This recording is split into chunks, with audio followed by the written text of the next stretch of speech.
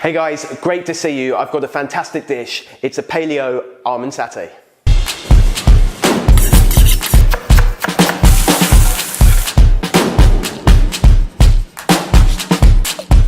So for the almond satay, the first thing we want to do is marinate the chicken. So I just put some paper down, just so it saves from washing the board afterwards.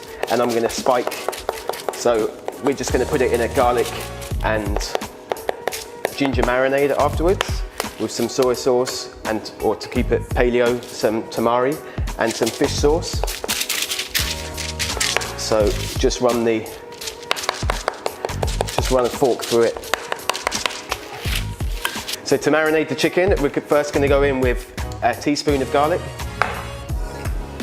a teaspoon of ginger, some fish sauce, some turmeric, just to coat it, give it a nice colour, and also some soy sauce or tamari.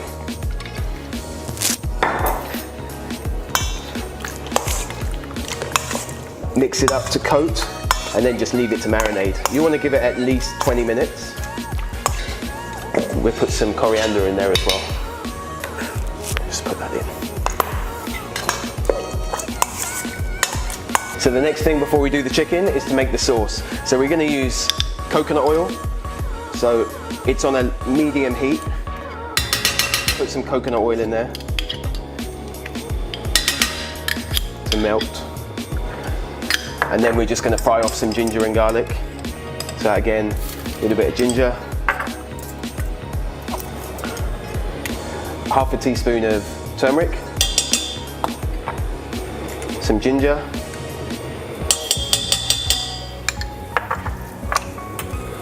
And then we've got half a jar of almond butter.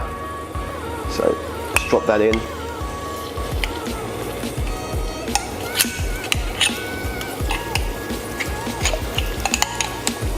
Scrape everything out.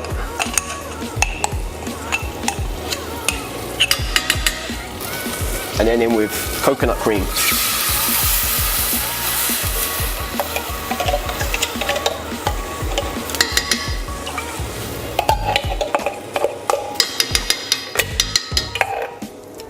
You can just increase the heat and bring it up to the boil. And just keep it moving, because otherwise the almond butter will stick to the bottom of the pan and catch. If you need to, just grab a whisk and break the almond butter up, and then once it actually comes to the boil and the coconut cream reduces slightly, it will then thicken up. Okay, so this has just come up to the boil, and you can already see that it's thickened. So that's pretty much ready. You can just finish it with some Indonesian soy sauce, which is ketchup manis. Or if you're sticking to the paleo, then you can just add some tamari to taste. So that is the sauce. Tasty as. So I've just got a griddle pan here with a small amount of coconut oil in, and with the chicken has been marinated now for about 30 minutes, and we're just going to go straight into the pan.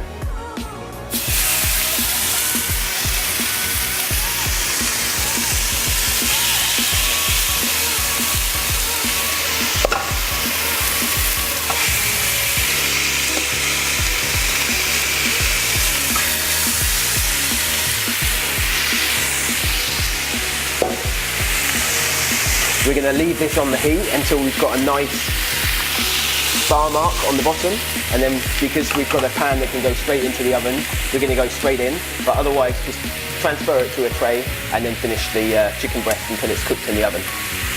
So now we've got a really nice marking on the chicken. We're just going to go straight into the oven and then leave it cook. Okay, so these have been in about 14 minutes, and I always like to leave the fillet on because it's a good guidance point to see if the chicken is cooked, because that will be on the inside. And if it's got a bit of press here, you can see that it's still got that undercooked feel to it. So if you just fold it back, you can see here. So I'm just going to give it, here you can see it especially. Just going to give it another 1.5 to 2 minutes, and then I'm going to leave them to rest. So just on that minute and a half, and these are looking pretty damn good. So if you're not sure, then go and check one of these things. Get one of these. They're pretty cheap, maybe like 25 bucks. And as long as it hits 64 on here, you're good to go. So we're straight up to 55, 63, 68, so we're good. I'm gonna leave those to rest before slicing, and then I can portion up for my meal prep. So the chicken's being left to rest. We've got the sauce, so all we've got to do now is plate it up or put it into our meal prep. So I'm just gonna do a side dish of the satay sauce, almond satay,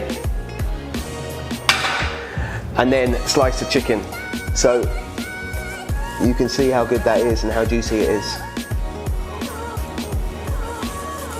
Oh, you can even hear it.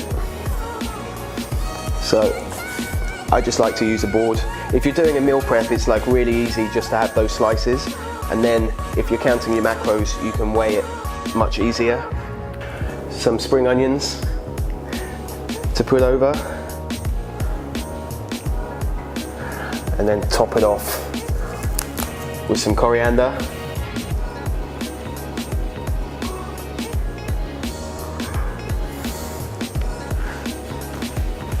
And that's it. Pile up with some cauliflower rice, a little bit of ketchup mayonnaise, and you're good to go. How tasty is that?